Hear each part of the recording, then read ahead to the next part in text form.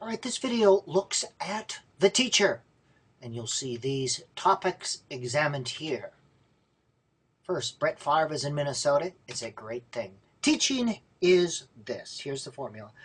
Knowing, planning, doing, and reflecting. That's all it is. Real simple. Let's unpack those. First of all, teachers need knowledge. 4 types of knowledge. And this is based on a body of research. You'll see this described in all ed psych books, but they need content knowledge. You need to know the subject area, what you are teaching about. Special ed and elementary ed teachers, you have to have a lot of knowledge because you teach different subjects. As well, the onus, the responsibility is on the elementary teacher, special ed teacher. If you're teaching a unit in something, you have to go out and get knowledge. You must have knowledge so you know how to organize what's important and how to teach it.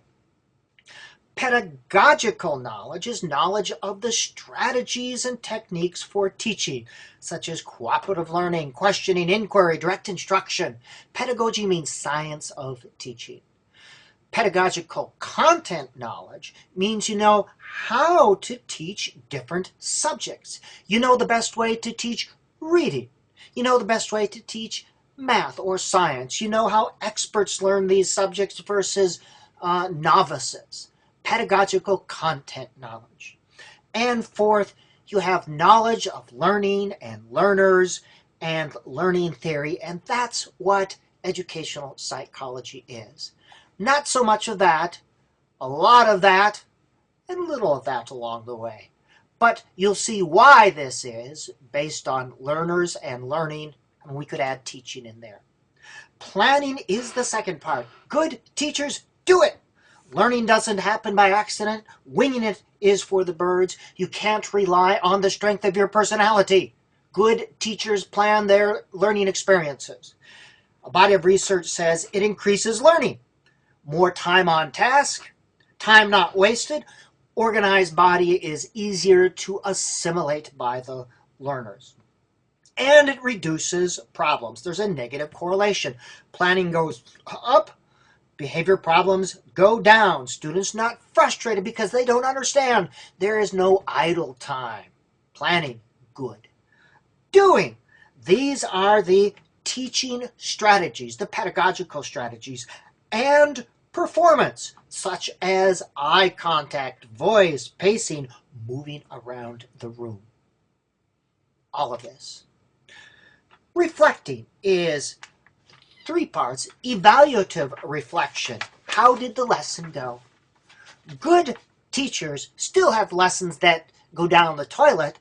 The difference between a good teacher and one with growth potential is the good teacher says, how did the lesson go? How can I make it better?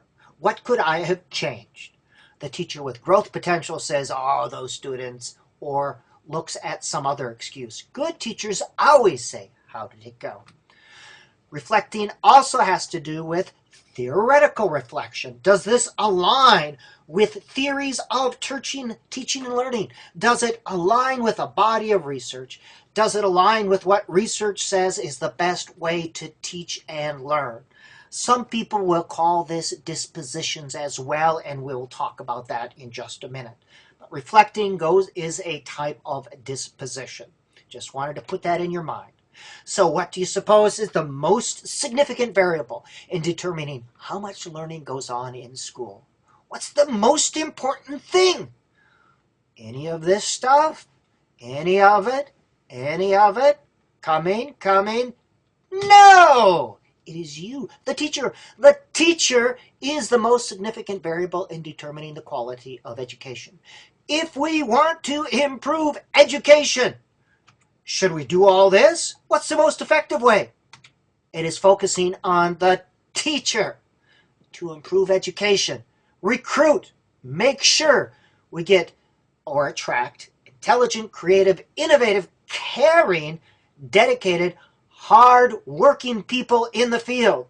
This is no place for clowns.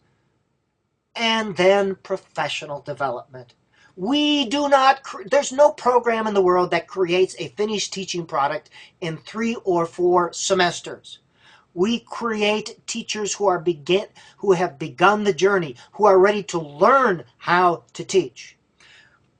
We can help practicing teachers develop the knowledge and skills to succeed, as well as to explore and identify dispositions, which we'll look at in just a minute.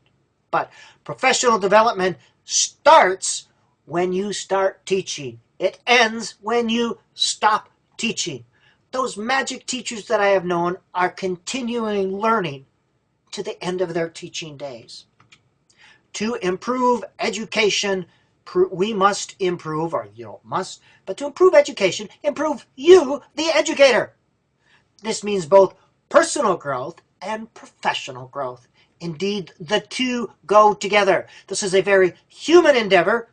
You cannot separate the human from the profession in this very human of endeavors. In most education programs, we talk about it's important that teachers have knowledge, skills, and dispositions. We are addressing knowledge, skills, and dispositions, and I think that's what NCATE looks at, Teacher Accreditation programs. Are you addressing knowledge, skills, and dispositions? Well, knowledge. What knowledge do students need to know? Or do teachers need to know? Well, there's some debate about this. Learning theories. Who decides which learning theories? Well, I'm including a couple that aren't usually covered in most classes. But knowledge of human development. And again, what areas? Cognitive development, social development, intuitive development, content area knowledge, teaching, philosophy. Yes, this is what a philosophy is. This is my philosophy. Ed research, and I call this the domain. General knowledge about the domain of education. Skills, as we said, pedagogy. You need teaching strategies and teaching skills. There's a difference between a skill and a strategy. Class management, skills related to interpersonal relationships, you and students, you and parents, you and other teachers, intrapersonal relationships, you with yourself, that goes to dispositions, and then planning, IEPs, school maintenance, and those sorts of things. And then the misty, smoky one, dispositions. Now, some people would put teaching behaviors under dispositions. I do not. A disposition is a state of mind which predisposes one to think and act in certain ways. That's how I use the term disposition. It has to do with inner states, your philosophy, reflecting to see if you align with your philosophy. It also has to do with what you value, your virtues and your character, as well as self-actualization, developing your full potential, your passions, bringing those into education, discovering and identifying who you are, which is called individuation, breaking away from society's expectations to discover the true self. We will be addressing this in EdPsych. We do learning theories, human developments, and I like to do a little of that and a little of that. This is the end.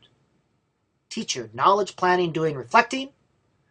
Also, to prepare a teacher, we look at knowledge, skills, and dispositions, and teachers at all levels and stages of their career should continue to focus on these areas.